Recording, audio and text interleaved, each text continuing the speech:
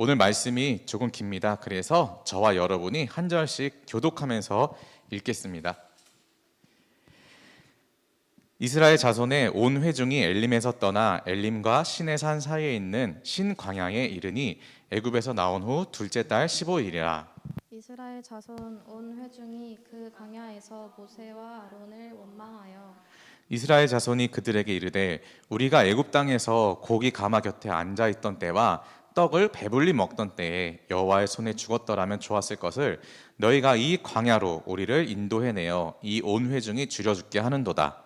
그때 여호와께서 모세에게 이르시되 보라 내가 너희를 위하여 하늘에서 양식을 비같이 내리리니 백성이 나가서 일용할 것을 날마다 거둘 것이라.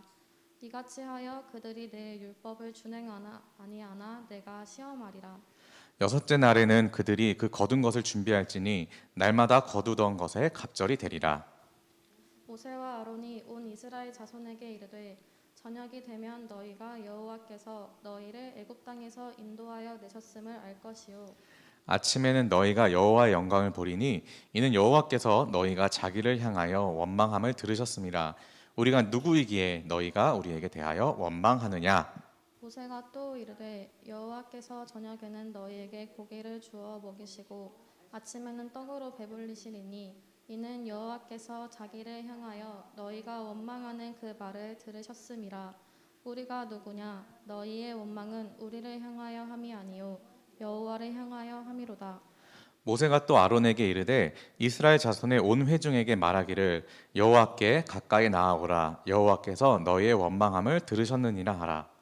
아론이 이스라엘 자손의 온 회중에게 말하매 그들이 광야를 바라보니 여호와의 영광이 구름 속에 나타나더라. 여호와께서 모세에게 말씀하여 이르시되 이스라엘 자손의 원망함을 들었노라. 그들에게 말하여 이르기를 너희가 해질 때에는 고기를 먹고 아침에는 떡으로 배부르리니 내가 여호와 너희의 하나님인 줄 알리라 하라 하시니라.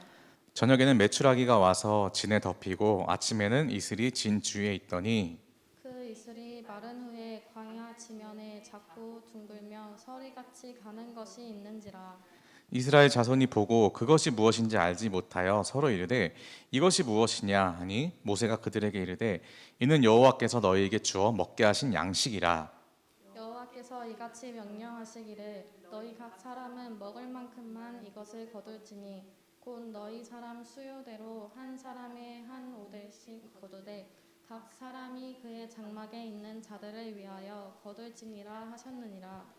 이스라엘 자손이 그같이 하였더니 그 거둔 것이 많기도 하고 적기도 하나 오멜로 되어 본즉 많이 거둔 자도 남음이 없고 적게 거둔 자도 부족함이 없이 각 사람은 먹을 만큼만 거두었더라. 모세가 그들에게 이르기를 아무든지 아침까지 그것을 남겨두지 말라 하였으나 그들이 모세에게 순종하지 아니하고 덜어는 아침까지 두었더니 벌레가 생기고 냄새가 난지라. 모세가 그들에게 노하니라. 우리 함께 읽겠습니다. 무리가 아침마다 각 사람은 먹을 만큼만 거두었고 햇볕이 뜨겁게 쬐면 그것이 쓰러졌더라. 아멘. 네, 하나님의 말씀입니다.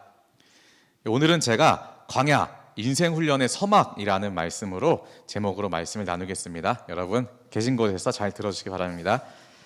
혹시 여러분 광야 하면 떠오르는 것 있습니까? 광야가 뭐죠? 광야 하면 떠오르는 것 있으세요? 잽으로 노래 냈잖아요. 아하. 네, 그 걸그룹의 그 노래 생각나다고 합니다. 선생님은 또 광야 하면 생각나신 거 있으세요?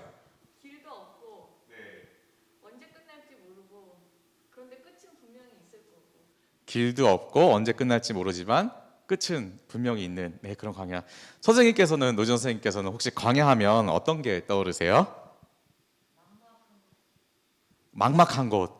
예, 맞습니다. 광야 하면은 굉장히 여러 가지가 떠오릅니다. 저도 광야 하면 어렸을 때부터 떠오르던 것이 그 햇볕이 낮에는 쫙 내리쬐고 막 덥고 물도 없고 사방을 봐도 모두 똑같은 배경이어서 어느 길로 가야 할지 모르는 그런 막막한 그런 이미지가 떠오릅니다. 여러분도 광야 하면 어떤 이미지가 많이 떠오르는지 모르겠어요. 우리 성경에서 가장 먼저 등장하는 그 광야의 이미지는 바로 그 출애굽기에 굉장히 강하게 나타납니다. 왜냐하면 출애굽 그 기간 동안 이스라엘 백성들이 광야에서 무려 40년 동안이나 생활을 했기 때문입니다. 출애굽 배경을 생각하면서 광야라는 것을 다시 한번 생각해 보면 40년이에요. 어떤 친구가 그냥 응애응애 태어나가지고 40년, 40살이 될 때 동안 계속 광야에서 떠돌면서 생활하는 거죠.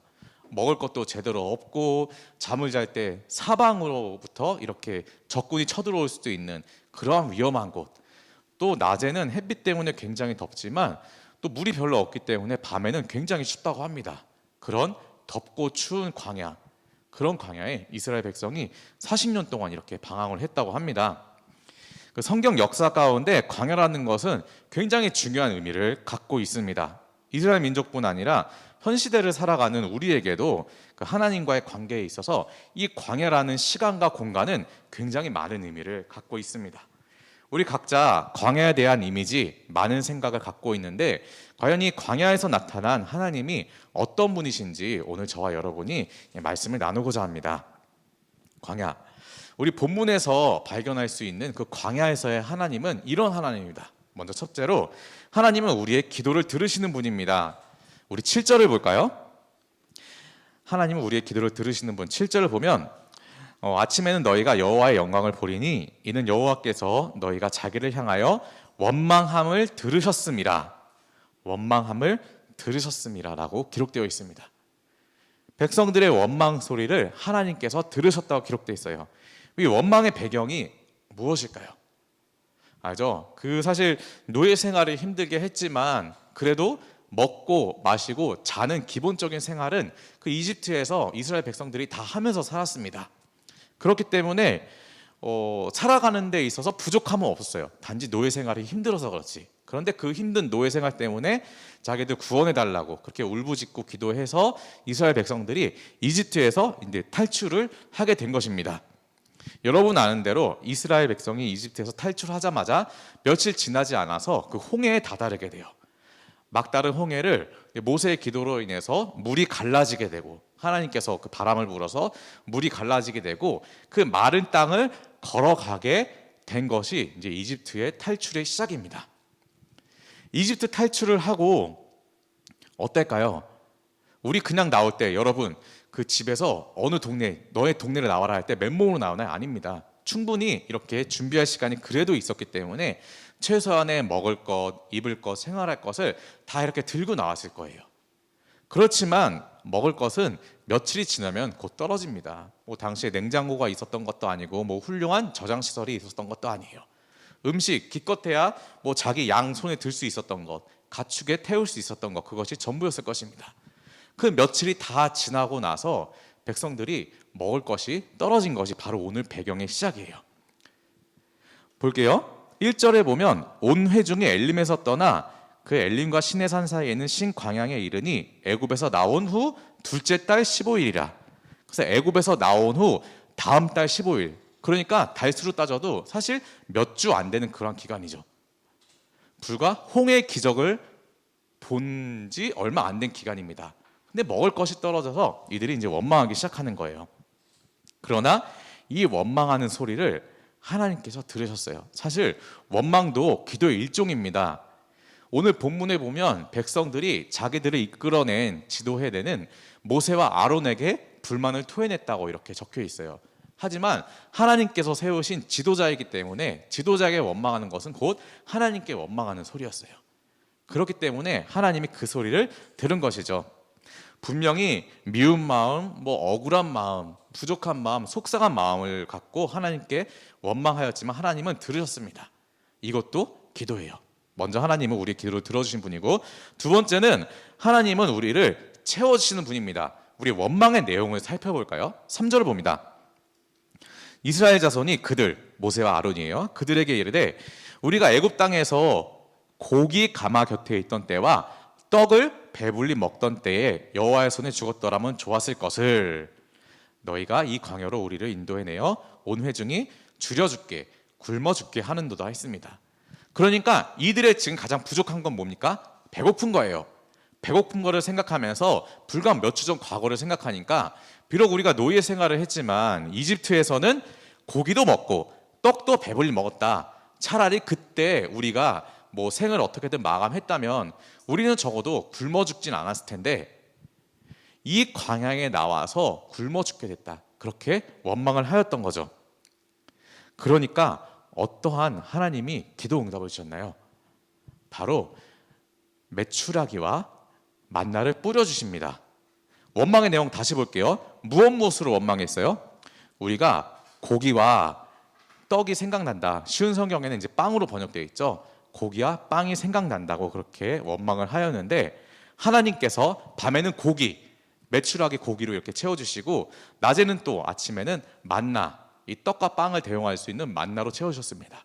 원망하는 그대로 그들이 부족하다고 생각하는 것 그대로 하나님께서 채우셨어요.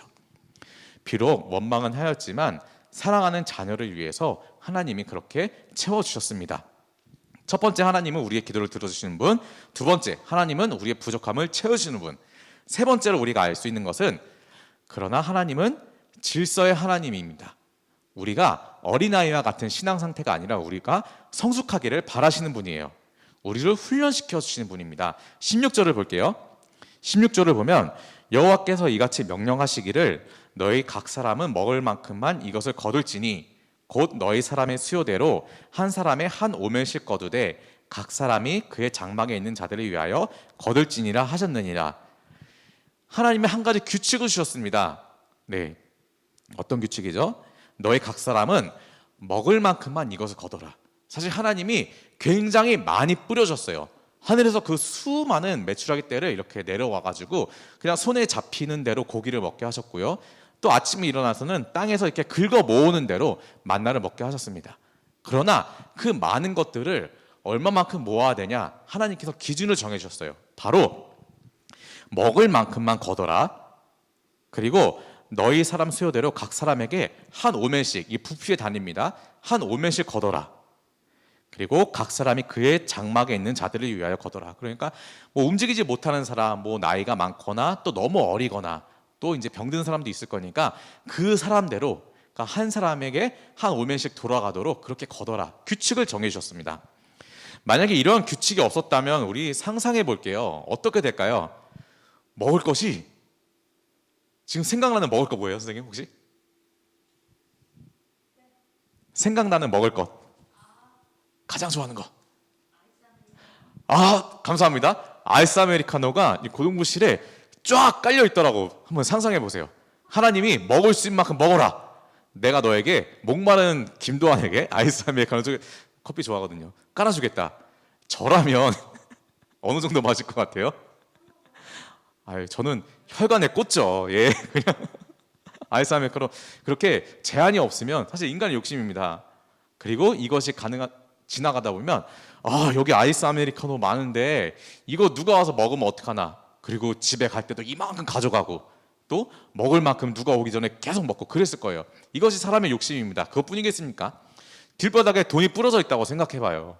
그냥 지나치지 않은 사람은 거의 없습니다. 그러나 하나님은 이것들을 다 알고 계셨습니다. 그렇기 때문에 하나님이 오늘은 이만큼, 내일은 이만큼, 각 사람마다 이만큼이라는 규칙을 정해주셨어요. 그래야 사람이 성숙할 수 있기 때문입니다. 그 약간 재밌는 이야기가 있어요. 저희 동생이 강아지를 키웁니다. 그 토리라는 푸드를 키우는데 새끼 때부터 가져왔어요. 새끼 때는 정말 요만했습니다. 이 한 뼘에 들어올 만큼 요만했어요. 지금은 이제 크고 말도 잘 듣지만, 그런데 새끼 때 이런 일이 있었습니다. 그 강아지를 집에 데려오고 얼마 지나지 않아서 일어난 일이에요. 그 동생이 밤에 자고 있는데 막 부스럭부스럭 소리가 난대요. 그래서 그 소리에 눈을 딱 떴죠. 처음에는 무슨 소리인지 몰랐는데 어디서 자꾸 구석에서 부스럭 부스럭 소리가 나는 겁니다. 동생이 생각하기를 이거 도둑이 들었구나, 큰일 났다, 우리 이 아내도 자고 있고 어떻게 무기라든지 뭐 경찰에 이렇게 전화라든지 이런 거 하면 오히려 그 도둑이 덤빌 것 같으니까 조용히 손에 뭐 무기 같은 거를 들고 그 소리가 나는 곳으로 조용히 갔어요. 그러니까 문을 딱 열었는데, 불을 켜고 문을 열었는데 어떤 장면이 있는지 아십니까? 그 강아지가 사람처럼 이렇게 앉아가지고 그 먹이, 그 사료 그 봉지를 뜯고 먹고 있는 거예요. 제가 지금 자리가 이래서 표현을 못 하는데 보통 우리가 이제 앞바다리라고 하죠. 이렇게 앉아 있잖아요. 거기서 한쪽 다리를 이렇게 열리면 그 보통 이 시골에서 아주머니들이 앉아 있는 그런 모습으로 강아지가 앉아 있어서 배는 이만큼 나와가지고 계속 끊임없이 먹고 있는 거예요. 그 새끼 강아지가. 예, 바로 그 상태예요. 그것이 제한이 없으니까 이거 좋은 거네 하고 나한테 막 끌어오는 겁니다. 사람도 마찬가지예요. 애기들도 마찬가지걸요. 좋아하는 거 계속 먹고, 좋아하는 노는 거 계속 먹고. 그것이 반복되다 보면 우리는 성숙의 길에 올라가지 못합니다. 자라지 못하는 거고. 그래서 하나님께서 우리에게 모든 것을 먹을 수 있고 취할 수 있는 권한을 주시되 규칙이라는 제한을 주셨어요. 그것은 내가 원하는 대로 하지 못하는 것이 아니라 하나님께서 우리의 성숙을 위해서 제한, 규칙을 주신 것이죠. 하나님은 우리를 사랑하시되 항상 아이와 같은 상태가 아닌 성숙하기를 바라십니다. 그렇다면 이렇게 하신 목적이 있겠죠. 하나님께서 왜 이들을 광야에 내모시고 이렇게 어려운 길로 걸어가게 하셨는지. 이미 말씀드렸지만 우리가 하나님의 자녀답게 성숙하기 위해서입니다. 에베소서 4장 13절 14절에는 이러한 말씀이 있습니다. 우리가 다 하나님의 아들을 믿는 것과 아는 일에 하나가 되어 온전한 사람을 이루어 그리스도의 장성한 분량이 충만한 데 이르니. 그리스도의 장성한 분량까지 충만하도록 하나님께서 이르도록 이렇게 이끄신다는 뜻입니다. 이는 우리가 이제부터 어린아이가 되지 아니하여 사람의 속임수와 간사한 유혹에 빠져 온갖 교훈의 풍조에 밀려 요동하지 않게 하려 함이라. 이렇게 생각하시는 분도 아마 있을 거예요. 아니 나는 뭐 신앙 그렇게 뭐 똑똑한 신학자나 뭐 목회자 같이 그러한 지식 아닐지라도 그냥 편안히 하나님과 기도하며 뭐 성경 읽으며 살래. 물론 그렇게 해도 우리 예수 그리스도를 복음의 핵심으로 그 십자가 사랑을 모두 인정하면 천국에 갈 수는 있어요. 하지만 그것이 전부는 아닙니다. 하나님은 우리가 성숙하기 바라요. 왜죠? 14절에 나와 있죠. 에베소서 3장 14절에 다시 읽을게요. 이는 우리가 이제부터 어린아이가 되지 아니하며 사람의 속임수와 간사한 유혹에 빠져 온갖 교훈 풍조에 밀려 요동하지 않게 하려 함이라. 그러니까 그 어마어마한 성숙으로 인해서 우리에게 물려드는 세상과 사탄의 유혹에 쓸어 넘어지지 않도록 하나님께서 우리를 훈련시켜 주신다는 뜻이죠. 결론은 우리가 넘어지지 않게 하기 위해서입니다. 여러분 온실 속의 화초라는 표현 많이 들어보셨을 거예요. 정말 온실 속의 화초, 벌레도 없고 그 거센 바람도 없고 오로지 그 따뜻한 햇빛과 그 농부가 주는 정원사가 주는 매일매일의 그 양분과 물을 자라주면서 정말 때깔 곱게 모든 풍성한 열매를 맺으며 잘 살아갑니다. 그런데 그 온실 비닐하우스의 비닐을 하루만 걷어보세요. 비가 오고 정말 어마어마한 양의 그 물이 나고 금방 쓰러져 버립니다. 그게 온실 속의 화초의 특징입니다. 온실 속의 화초, 어려움이 닥쳤을 때, 삶의 위기가 나타났을 때 사실 쓰러지고 마나요. 그런 것이 없으면 티가 안 나거든요. 오히려 그 광야에서 자란, 야생에서 자란 그 잡초 같은 풀들이 오히려 밉게 보일 수도 있습니다. 막 잎사귀에 벌레가 먹은 구멍도 있고 열매는 막 이렇게 또 벌레가 파먹어서 이렇게 구멍도 있고. 그러나 삶의 위기가 나타났을 때 뭐 홍수가 나거나 거센 바람이 있더라도 그 대응하는 결과가 달라져요. 삶 가운데 어려움이 닥쳤을 때 하나님은 우리가 하나님을 의지하여 그 일을 이겨내기 원합니다. 당연히 삶에 어려움이 있으면 우리는 기도하게 돼요. 그러나 평상시에 기도하다가 어려움이 나타났을 때 또 동일하게 기도하는 것과 평상시에는 기도의 삶과 멀다가 하나님께 기도하는 것은 분명히 차이가 있을 것입니다. 출애굽기, 이집트, 사실 이집트에서 이 가나안 땅까지 가는 거리는 며칠 안 걸리는 거리예요. 그 수많은 사람이 걸어서도 몇 주면 다 도착하는 거리입니다. 그러나 성경을 보면 이들이 40년간 방황하면서 막 삥삥 돌았다고 씁니다. 인생의 한 세대 이상이 없어진 것이에요. 나중에 말하겠지만 물론 이 불순종이란 죄 때문에 하나님께서 바로 들어가지 못하게 하시고 이곳저곳 헤매게 하셨습니다. 그러나 그 40년간 광야에서의 생활은 이스라엘 전체 민족 그 역사 가운데 있어서 그냥 날려버린 생활, 그냥 지나가 버린 그런 세월이 아니라 하나님께서 하나님 나라의 든든한 백성을 만들어주는 그러한 과정이었어요. 여러분 그 사회 과목 잘 아시니까 아실 거예요. 국가의 3요소가 무엇인가요? 국가? 하나, 둘, 셋. 네. 네. 땅도 뭐 하늘에 포함되죠? 국민? 네. 영토 나왔어요. 또 마지막으로? 네. 법. 그렇죠. 우리 보통 이렇게 초등학교 때 이렇게 외웠죠. 국민 영토 주권. 나라가 성립되는 데는 국민 영토 주권 이 세 가지 개념이 필요합니다. 사실 이스라엘 백성들이 이집트에서 나왔을 때는 하나님 나라의 백성이 아직 성립되지 않았던 그런 때였어요. 하나님께서는 이들을 위해서 국민 영토 주권을 만들어줘야겠다고 생각하셨습니다. 그래서 아브라함의 자손, 아브라함 한 명부터 시작된 그 수백만 명의 사람들을 이끌어내었어요. 일단 국민이 생겼죠. 그 다음에 주권을 주십니다. 그 주권은 바로 십계명입니다. 다음 주 우리 말씀 본문인 십계명이에요. 출애굽기 20장. 법을 주셨어요. 그리고 그들이 살아갈 땅을 주셨습니다. 가나안 땅. 국민 영토 주권. 이것들이 한순간에 주어지는 것이 아니라 이 법을 지키기 위해서 끊임없이 훈련하고 또 끊임없이 적응시키는 과정을 광야에서 훈련시켰던 것이죠. 사랑하는 여러분, 말씀을 정리합니다. 사실 우리가 이 갖고 있는 모든 것, 나의 능력으로 비롯된 것이 사실 하나도 없어요. 아직 여러분은 경제활동을 하지 않아서 삶의 많은 부분을 가족에게 의지할 수 있습니다. 그러나 이제 20살, 30살 그렇게 되면 스스로 경제활동을 하다 보면서 이것은 내가 열심히 해서 내가 벌었으니 이것은 내 거다. 내가 내 삶의 주인이라는 생각이 점점 커질 거예요. 그러나 그게 답니다. 내가 내 삶의 주인이면 내가 가진 것이 내 삶의 다인 거예요. 하지만 하나님이 내 삶의 주인이면은 내가 가진 것뿐만이 아니라 세상 모든 것, 하나님이 가지신 모든 것이 내 것이 됩니다. 왜냐하면 나는 하나님의 자녀거든요. 내 삶의 주인이 하나님이 되면 오늘 하루 먹고 하루 벌어서는 불안한 내가 아니라 무한한 하나님의 그 은혜를 우리가 기대할 수 있습니다. 내가 할 수 있는 것은 분명히 한계가 있습니다. 그러나 하나님은 한계가 없으신 분이십니다. 그래서 여러분 인정하기 바랍니다. 내 것은 없어요. 모두 주님께서 주신 것입니다. 우리 한 사람이라도 여기에 태어났을 때 알몸으로 태어나지 뭐 하나 잡고 태어난 분이 한 명이라도 있다면 없을 것입니다. 네. 욥기를 보면 이런 말씀이 있습니다. 이르되 내가 모태에서 알몸으로 나왔사온즉 또한 내가 그리로 돌아갈 것이니라.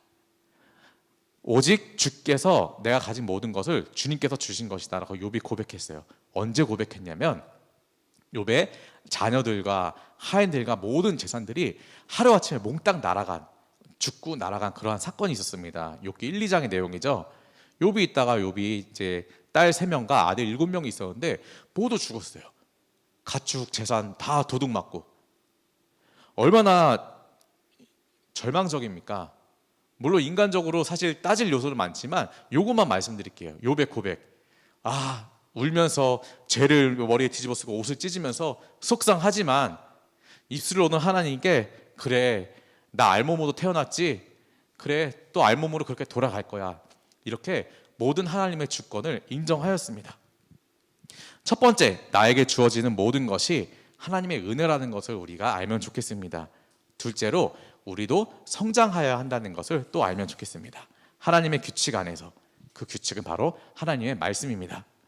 메마르고 아무도 없을 것 같은 광야, 내 인생길 가운데 만나더라도 그 가운데 있는 하나님을 발견하여 힘을 얻고 성숙하는 저와 여러분이 되기를 기대합니다.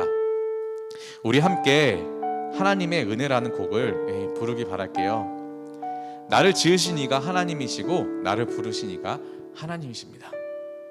나를 지으신 이가 하나님이시라는 것을 우리 모두 알고 있습니다. 과연 이 하나님께서 나를 어디로 불러주실까? 우리 기대하면서 함께 부르며 또 마음으로 봉헌하기 바랍니다.